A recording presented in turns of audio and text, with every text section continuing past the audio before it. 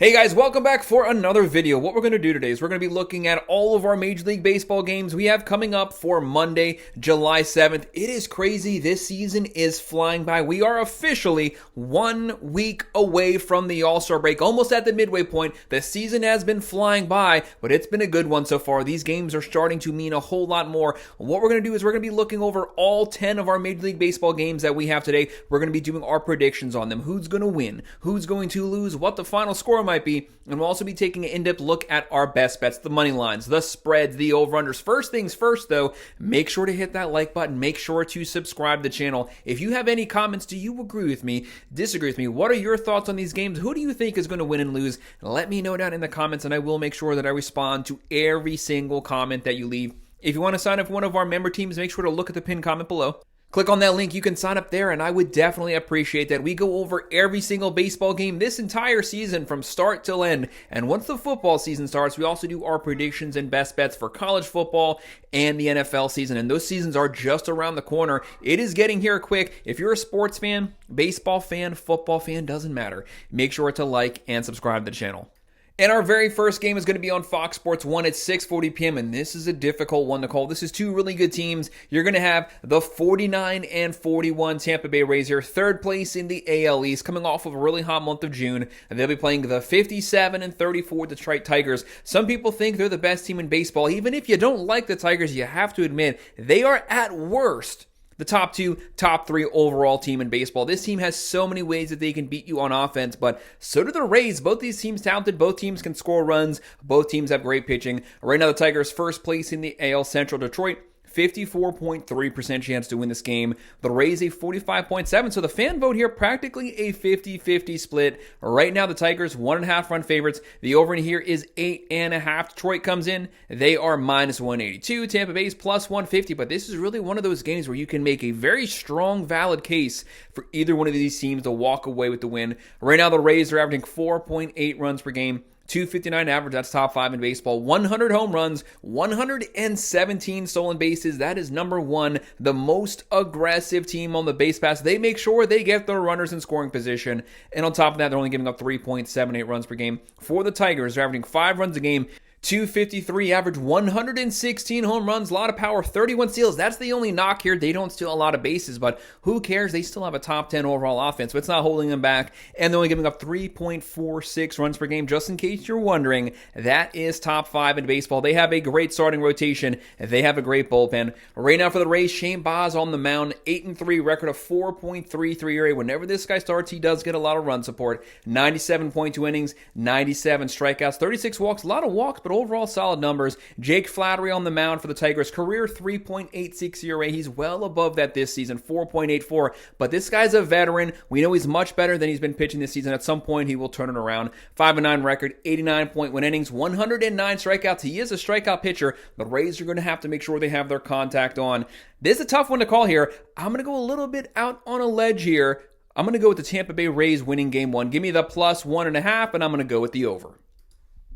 And our second game starts at 7:10 p.m. We have the 40-48 Miami Marlins. Not the best record, third place in the NL East, but Miami's actually been playing some pretty solid baseball the last 2 to 3 weeks, mainly led by their offense and their pitching. Still bottom 12 overall in baseball, but it is pitching a lot better right now. Props to them. They are showing how competitive they are, putting up some fight, gaining some momentum leading up to the All-Star break. They'll be facing the 46-44 Cincinnati Reds. The Reds have consistently hovered around 500 this entire season. The offense has been up and down, but right now it is on the upswing. Pitching's been pretty consistent since opening day. Cincinnati, 67.2% chance to win this game. They are fourth place in the NL Central. The NL Central, one of the deepest divisions in baseball. Think of this. They are 2 games over 500, and they're fourth place in their division. What a tough division. Right now, Miami, 32.8% chance to win this game. The Reds are 1.5 run favorites. 9.5 over under. Miami's plus 120. The Reds are minus 145. This Marlins offense, it's pretty decent. 4.2 runs a game, 252 average. That's a good average. 79 home runs, 69 steals. Very balanced, giving up 4.71 runs per game. That's not the best, but last month it was in the 5, so they are pitching a lot better. The Reds right now, 4.6 runs a game. They've been averaging that for about 1 to 2 months straight right now. Like I said, it's usually consistent up and down, but it hovers around the same. 246 average, 96 home runs, 66 steals, giving up 3.95 runs per game. The Reds have Brady Singer on the mound, 7-6 record, a 4.36 ERA, 88.2 innings, 80 strikeouts, and Jansen Junk on the mound for Miami. They have the edge pitching-wise here. 2-1 record, 3.62 ERA, but a very small sample size, 37.1 innings, 33 strikeouts, only one home run given up in 37 innings. That looks really good overall, but his career ERA is like 5.2, so he is technically pitching much better than he has, but it is a small sample size. Give me the Reds to win this game. I'm going to go with them covering the spread, and I'm going to go with the over here just barely.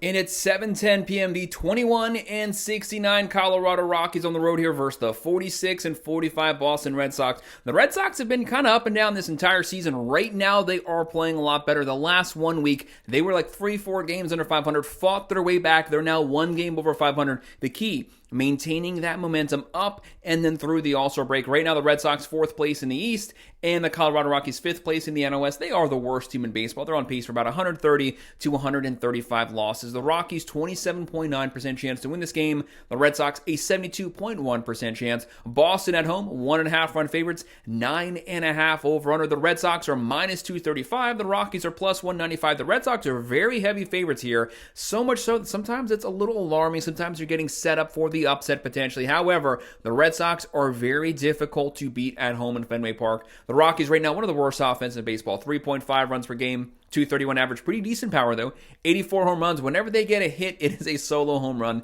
50 steals, giving up 5.53 runs per game. Pretty sure that's dead last in baseball right now. The Red Sox, very good offense, 4.9 runs a game, 254 average, 111 home runs, 77 steals. They have power, they have speed, giving up 3.96 runs per game. The Rockies, this is where things just really completely fall off, is when you start looking at that starting rotation. They have Austin Gomber on the mound. 0-1 record, a 5.49 ERA, 19.2 innings, only 6 strikeouts in 19 innings, 4 home runs given up. Small sample size, but so far it leaves a lot to be desired. Richard Fitz going for the Red Sox, 0-3 record, looking for his first win, 4.5 ERA, 28 innings, 22 strikeouts. If there was a time for Colorado to pull off the upset series, it's going to be here, Game 1. Fitz hasn't pitched that much this season, but I'm still going to go with the Red Sox. Going to go with the minus 1.5, and I'm going to go with the over here again. And how about this next matchup? What a game it is. At 7:40 p.m. we have the 56-35 Los Angeles Dodgers, not coming off the best series, but no reason to be alarmed, no reason to be concerned. Right now, they're still first place in the NL West. They still have the best overall roster, just a lot of injuries right now. They got to fight their way through that. Even with all the injuries, especially to their pitching, they still overall continue to find ways to win, and they still have the number 1 offense in baseball. They're going to be visiting the 50-40 Milwaukee Brewers, not a team you want to be playing when you don't have a lot of momentum going. Brewers are actually a very competitive team. They can score runs, they get on base, they have speed, and they're pitching well with a pretty solid bullpen. Right now, Milwaukee, 43% chance to win this game. Los Angeles, a 57% chance. The Dodgers are 1.5 run favorites, 7.5 over under, very low scoring game. You have the Dodgers minus 150, Milwaukee right now plus 125. That Dodgers offense, 5.5 runs per game, 261 average. They lead baseball in total home runs, 141 home runs, just ahead of the Yankees. 49 steals, give up 4.32 runs per game. That is an awful ERA from a Dodgers team this talented, but they do have 15 to 20 pitchers on the disabled list, so you have to give them a little bit of a pass there. Right now, the Brewers, 4.7 runs a game, 247 average, 86 home runs, 104 stolen bases. That's top 3 in the major leagues right now, and on top of that, they're only giving up 3.77 runs per game. Their bullpen is really playing well right now. Freddie Peralta going for the Brewers back-to-back 200 strikeout seasons. Can he make it 3? He is on pace. A 9-4 record this season, a 2.91 ERA for his career, 3.56. This is one of those foundational guys for the Brewers. Whenever you need a strong win here, he always steps up. A 2.91 ERA, 99 innings, 104 strikeouts, only 12 home runs given up in 17 games. Yamamoto right now going for the Dodgers. 8-6 record, a 2.51 ERA. This is the ace for LA. 96.2 innings, 109 strikeouts, great control, only 9 home runs given up in 17 games, only 66 hits in 96 innings. This is a pitching duel right here between two great pitchers. This is, in my view, a 50-50 pick'em game. Flip a coin. That's going to be the outcome to this game. But I think the Dodgers are going to eke out a very close one, a 1-run win. Dodgers win, but I'm going to go with the plus 1.5, and I'm going to go with the under here. And at 7:40 p.m., the 52-38 Toronto Blue Jays. I was really hard on this team April, May. They finally hit their potential in the month of June. Fought their way from under 500. Right now, they're 14 games over 500, and their offense has been going off for the last month. They're starting to hit a lot of home runs. They'll be playing the 30-60 Chicago White Sox. This team lost 121 games last season. Even though they have a bad record right now, they are actually a very scrappy, competitive team. Do not underestimate them. That's the point. Right now, Chicago 46.3% chance to win this game. Toronto a 53.7% chance. The Blue Jays are 1.5 run favorites. 8.5 over under. Toronto minus 180. Chicago plus 150. The Blue Jays with that hot offense right now. A lot of momentum with the bats. 4.6 runs a game, 258 average, 94 home runs, 46 steals, giving up 4.19 runs per game. And the White Sox, a bottom 5 overall offense in baseball, 3.4 runs a game, 222 average. They have to work on getting guys on base. 70 home runs, 58 steals, giving up 4.07 runs per game. There's a lot of pressure on this starting pitching to keep the score low so that it's always within striking distance. Sean Burke on the mound for the White Sox, actually one of their better starting pitchers.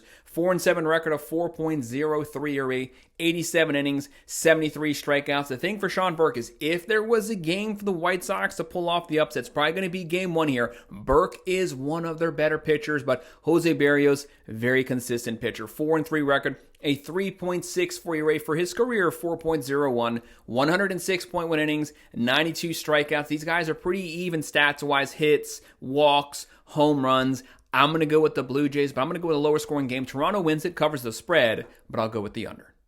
And then at 7:40 p.m., the 38-53 Pittsburgh Pirates, one of the worst offenses in baseball. However, a top 8 overall pitching staff. They just need some help from the lineup. They need some run support. And they'll be playing the 43-48 Kansas City Royals, who are in a very similar situation, a bottom 3 overall offense in baseball, but a top 5 pitching staff. Both of these teams, this is going to be elite pitching, playoff caliber pitching, but awful caliber offenses. Right now, the Royals 56.7% chance to win this game. The Pirates a 43.3% chance. KC 1.5 run favorites, 8.5 over under. The Royals are minus 155. Pittsburgh is plus 130 right now. That Pirates offense, 3.4 runs a game. That's bad. 232 average, 61 home runs, 77 steals, giving up 3.64 runs a game, which is very, very good. KC, they're right there with him practically in every single category. 3.3 runs a game, 243 average, also 61 home runs, 67 steals, giving up 3.51 runs per game. Both of these teams need a lot of help in the power category.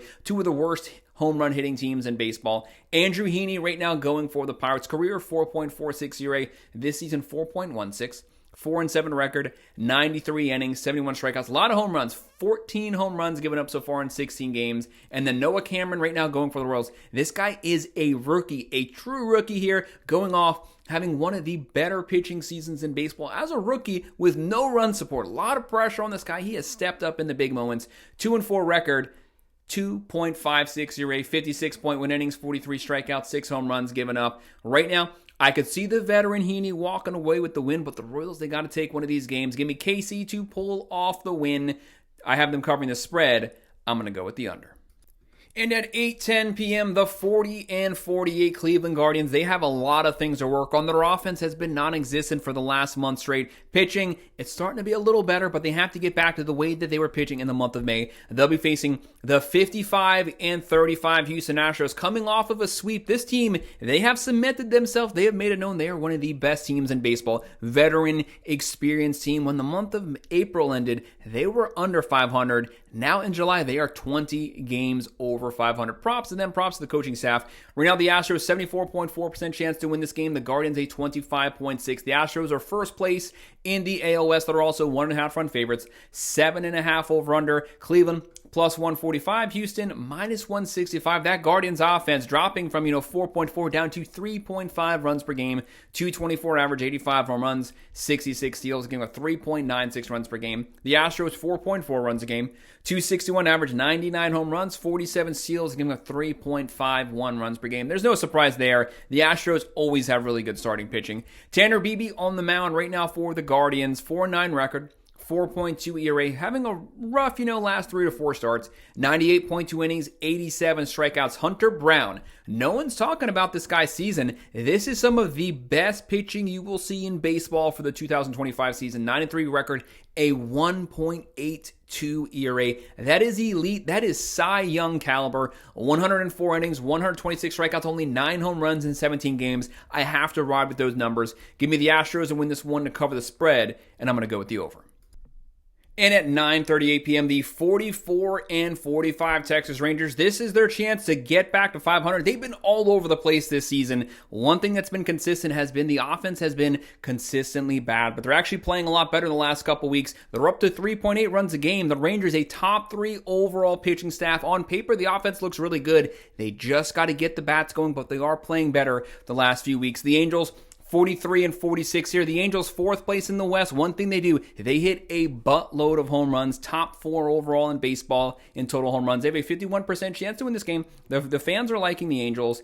Texas, a 49% chance. The Rangers are 1.5 run favorites. 7.5 over under. Los Angeles, plus 130. Texas is minus 155. That Rangers offense, 3.8 runs a game. 229 average, 90 home runs, 83 stolen bases, giving up 3.22 runs per game. That is top 3 in baseball. This pitching staff, they're playing great. Just the offense helped them out, give them some run support. The Angels, 4.3 runs a game, 228 average, 129 home runs. That is really good. 40 steals, giving up 4.47 runs a game. 4 weeks ago, they were in the 5s. Even though their ERA is not the best right now, it is much improved. This team pitching a lot better. You have to take the Angels serious here. They have Kikuchi on the mound. He's their foundational pitcher. He's their best, most consistent pitcher this season. 3-6 record, a 2.81 ERA, 102.1 innings, 106 strikeouts. The Rangers, Jacob deGrom on the mound. He's putting up crazy numbers this season. He's back to 2018, 2019 form. He is looking elite. 14 or 15 straight games giving up 2 or less runs. That's right. That is a crazy stat. Can he continue that? It is crazy. At some point, he has to give up some runs, but he's just not doing that. 9-2 record, a 2.13 ERA, 101 innings, 100 strikeouts, only 10 home runs given up in 17 games.